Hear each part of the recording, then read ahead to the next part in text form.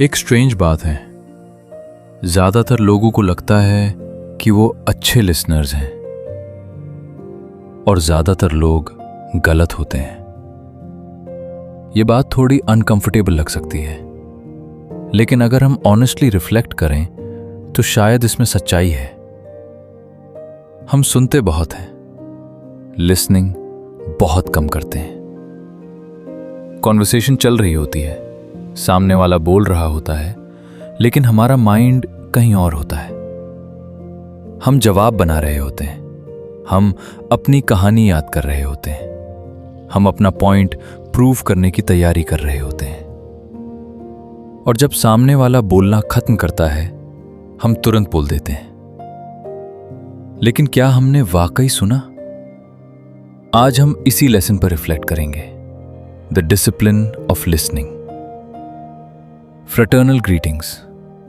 I am Right Visupful Brother Dr. Ravinder Singh Cheney from Bharat Mata Past Masters Lodge number 121 on the rolls of the Grand Lodge of India. I have been on an educational journey in Freemasonry for over 35 years and I am still learning. जितना ज़्यादा मैं Entered Apprentice degree पर reflect करता हूँ, उतना ही मुझे लगता है कि लिसनिंग दुनिया की सबसे अंडर एस्टिमेटेड डिसिप्लिन्स में से एक है। हम बोलना सीखते हैं, हम एक्सप्लेन करना सीखते हैं, हम इन्फ्लुएंस करना सीखते हैं, हम परसुएट करना सीखते हैं, लेकिन सुनना बहुत कम लोग सीखते हैं और शायद इसीलिए बहुत कम लोग डीपली समझते हैं। मुझे एक सीजन क्राफ्ट्समैन की कहानी याद आती है। उसके साथ एक यंग अप्रेंटिस काम करता था। अप्रेंटिस इंटेलिजेंट था, क्यूरियस था और सीखने के लिए जेन्युइनली ईगर था। लेकिन उसकी एक हैबिट थी, वो हर कुछ मिनट में क्वेश्चन पूछ लेता था। ये क्यों, वो क्यों, अब क्या, फिर क्या। क्वेश्चंस गलत नहीं थे, लेकिन एक प्रॉब्लम थी। वो ऑब्जर्व काम कर रहा था, इंटरप्ट ज्यादा कर रहा था। एक दिन मास्टर ने जवाब देना बंद कर दिया। वो बस काम करता रहा, साइलेंस में। 5 मिनट, 10 मिनट, 15 मिनट। आखिर अप्रेंटिस फ्रस्ट्रेट हो गया। उसने पूछा, "Why are you not answering?" Master ने उसकी तरफ देखा और सिर्फ इतना कहा, "You hear my words, but you do not hear the work."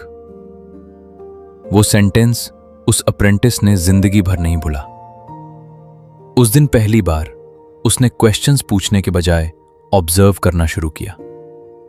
उसने टाइमिंग नोटिस की, उसने पेशेंस नोटिस की, उसने रिदम नोटिस की, उसने वो चीजें नोटिस की जिन्हें शब्दों में समझाना मुश्किल था। और धीरे धीरे उसे समझ आया कि कई लेसन्स एक्सप्लेन नहीं किए जाते, उन्हें एब्जॉर्ब किया जाता है। और शायद एंटर्ड अप्रेंटिस डिग्री भी हमें वही लेसन सिखाती है। वो हमें तुरंत आंसर्स देने की जल्दी नहीं करती, पहले वो हमें रिसीव करना सिखाती है। रिसीव करना, ऑब्जर्व करना, एब्जॉर्ब करना और फिर समझना। यहां एक और अनकंफर्टेबल ट्रूथ है। लिसनिंग का सबसे बड़ा एनिमी डिस्ट्रैक्शन नहीं है। लिसनिंग का सबसे बड़ा एनिमी सर्टेनिटी है। जिस मोमेंट हमें लगता है कि हम पहले से जानते हैं, उसी मोमेंट हम सीखना बंद कर देते हैं। हैव यू एवर नोटिस्ड कि कभी कभी कोई आदमी बोल रहा होता है और हम आधे सेंटेंस के बाद ही डिसाइड कर लेते हैं कि वो क्या कहने वाला है।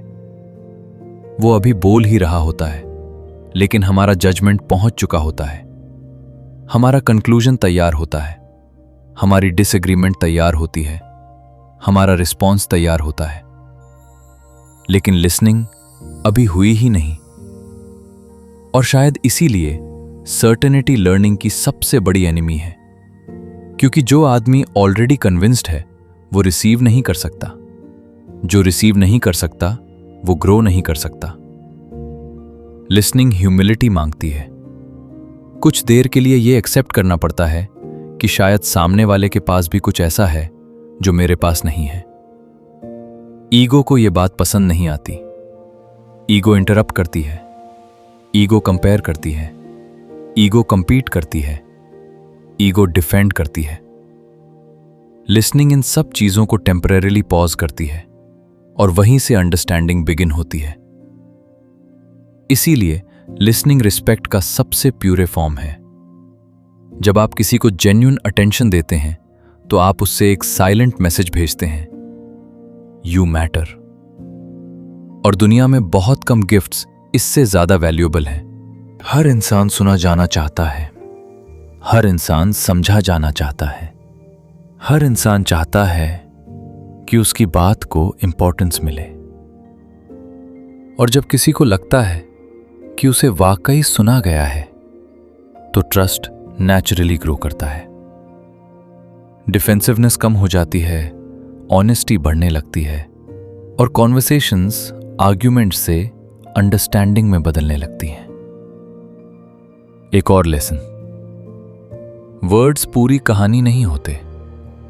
टोन भी होती है, इमोशन भी होता है, कंसर्न भी होता है, फियर भी होता है, होप भी होती है। कई बार लोग जो बोल रहे होते हैं वो इंपॉर्टेंट होता है, लेकिन कई बार वो क्यों बोल रहे हैं ये उससे भी ज्यादा इंपॉर्टेंट होता है। अ स्किल्ड लिसनर दोनों सुनता है, वर्ड्स भी और उनके पीछे की फीलिंग भी। लिसनिंग पेशेंस भी मांगती है। हम फास्ट कंक्लूजन्स की आदत में जीते हैं, fast opinions, fast judgments, fast reactions. लेकिन विजडम स्लो होती है। कई बार विजडम पहले सेंटेंस में नहीं होती, कई बार तीसरे सेंटेंस में होती है, कई बार कॉन्वर्सेशन के एंड में होती है।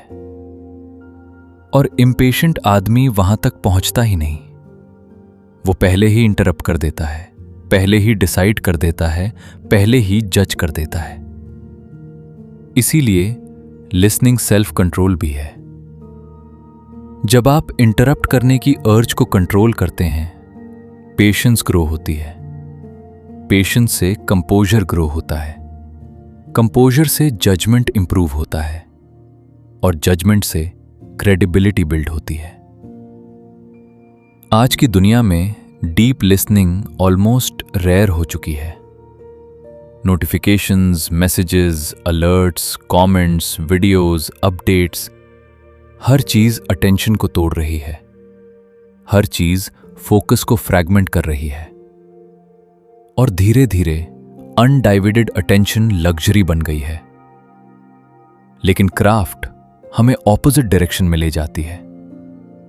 एक सिंबल को पूरी अटेंशन दो, एक लेसन को पूरी अटेंशन दो, एक इंसान को पूरी अटेंशन दो, क्योंकि स्केटर्ड अटेंशन स्केटर्ड अंडरस्टैंडिंग पैदा करती है। लीडरशिप का भी यही सीक्रेट है।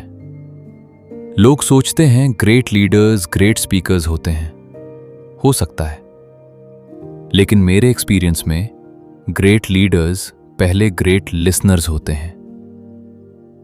जो लीडर सुन नहीं सकता वो समझ नहीं सकता, जो समझ नहीं सकता वो वाइजली डिसाइड नहीं कर सकता, और जो वाइजली डिसाइड नहीं कर सकता वो अथॉरिटी तो यूज कर सकता है, लीडरशिप नहीं। मुझे लगता है इस चैप्टर का डीपेस्ट लेसन अब सामने आता है।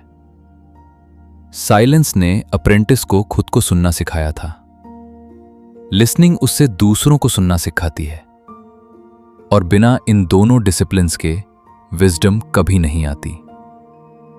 एक लिसनिंग मैन पर्सपेक्टिव गदर करता है, पर्सपेक्टिव विजडम को जन्म देती है, विजडम जजमेंट को स्टेडी करती है और स्टेडी जजमेंट कैरेक्टर बिल्ड करता है। इसीलिए अटेंशन एक मॉरल डिसिप्लिन है, सिर्फ कम्युनिकेशन स्किल नहीं। और धीरे धीरे अप्रेंटिस एक प्रोफाउंड रियलाइजेशन तक पहुंचता है। जब वो जर्नी शुरू करता है तो उससे लगता है कि विजडम आंसर्स में मिलेगी।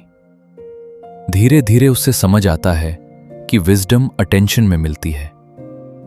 उससे लगता है कि प्रोग्रेस बोलने से होगी।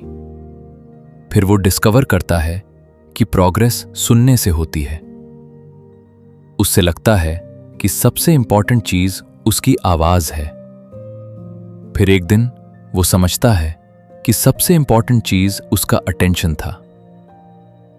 The apprentice begins his journey wanting to be heard. The mason progresses by learning to hear. दुनिया उन लोगों को रिवॉर्ड करती है जो लाउडली बोलते हैं। क्राफ्ट उन लोगों को रिफाइन करती है जो डीपली सुनते हैं। और शायद विजडम वहीं से शुरू होती है। He who learns to listen deeply learns to lead wisely. You were listening to Let's Learn Freemasonry with Dr. Ravinder Singh Chani. If today's discussion helped you become a little more attentive, a little more patient, and a little more willing to understand before responding, then our time together has been worthwhile. Please share this episode with your fellow brethren and subscribe for future reflections on the wisdom and discipline of the craft. Until next time, when someone speaks, do not listen only for words. Listen for meaning. Listen for intention. Listen for understanding.